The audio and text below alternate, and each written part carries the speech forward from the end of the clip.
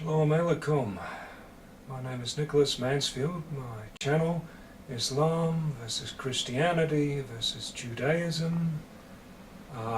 Before I get down to the start of the Gospel, I would like to take a little bit of time to just have a quick look at how the Roman Catholics view the start of the Gospel.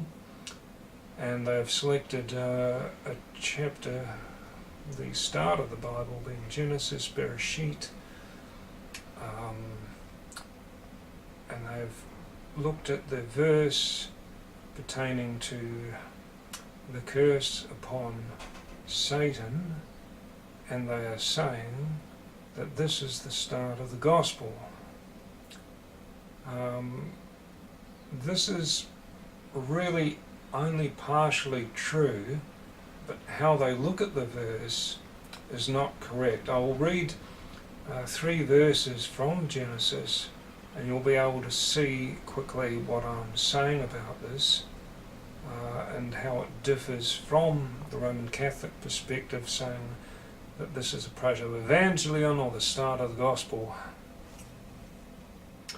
The term Protoevangelion should, strictly speaking, be applied to the Gospel of Mary or James, as it is sometimes called, which is a Gospel that comes in some slightly different forms, which is kept by the Roman Catholic and Orthodox churches for the oldest manuscripts thereof, but possibly because of the reason that it is slightly contradictory to Matthew and Luke. It never was cut into the Bible, the Christian Bible, that is the New Testament, but that is, strictly speaking, the Protoevangelion. My perspective is that the Gospel does start with the pre-mortal Messiah, and unfortunately Genesis 3:15, although it can be referring to Yeshua ben Miriam, JC, the Christ, the Messiah,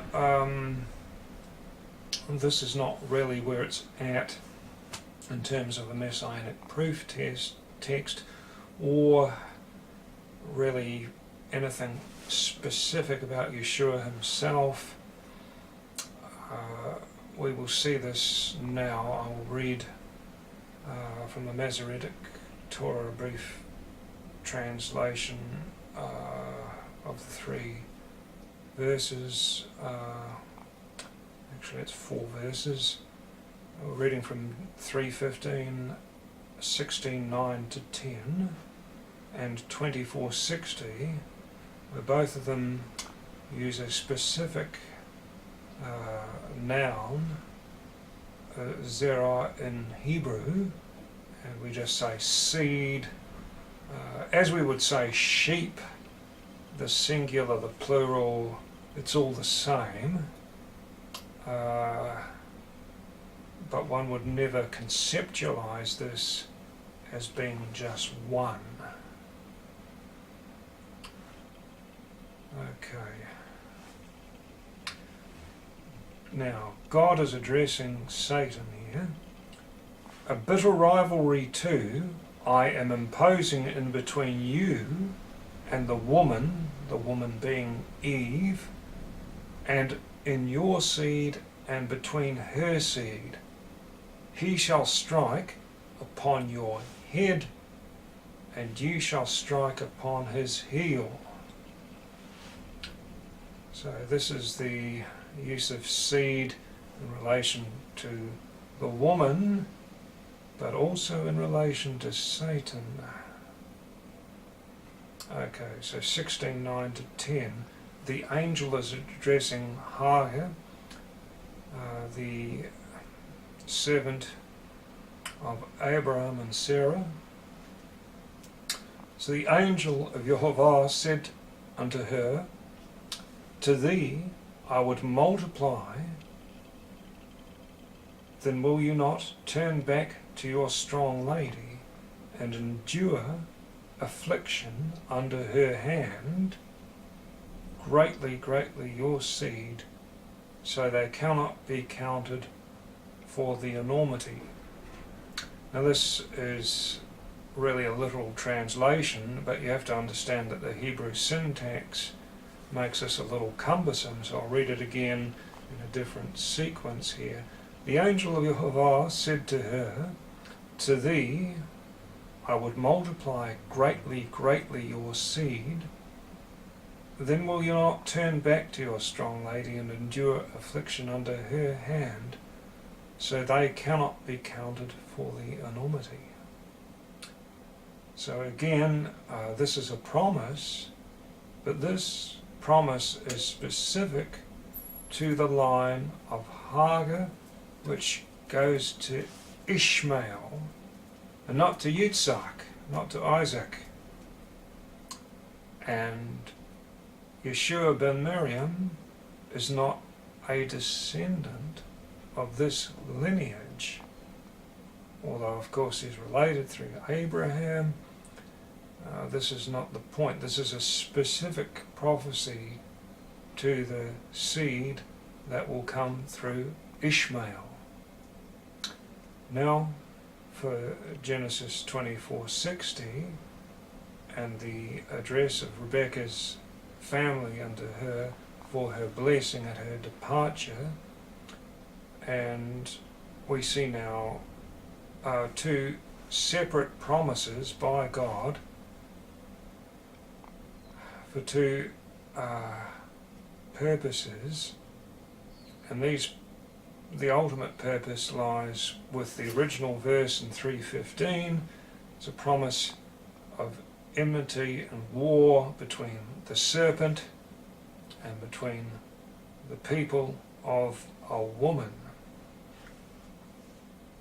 And they blessed Rebekah and said to her, our sister, you come to be thousands of myriads, and your seed shall overtake the gate of those hating them.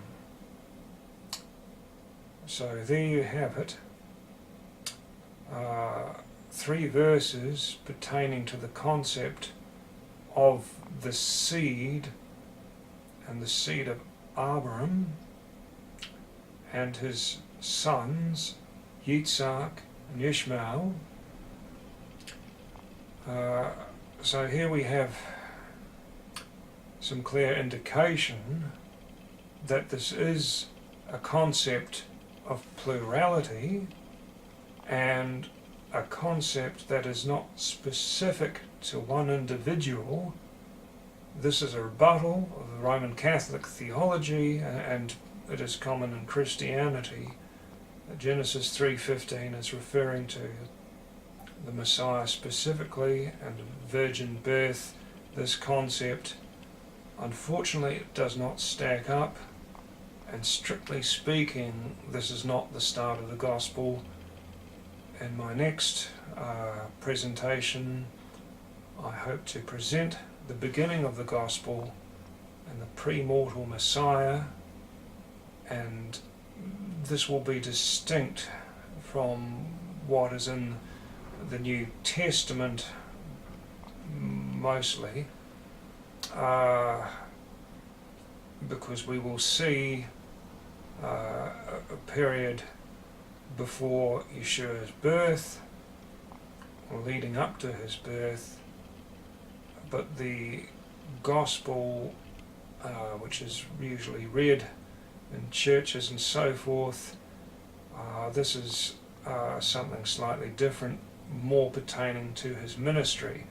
Nonetheless, we have to go back and look at where the concepts come from and not start ahead of ourselves without knowing the basis of the story.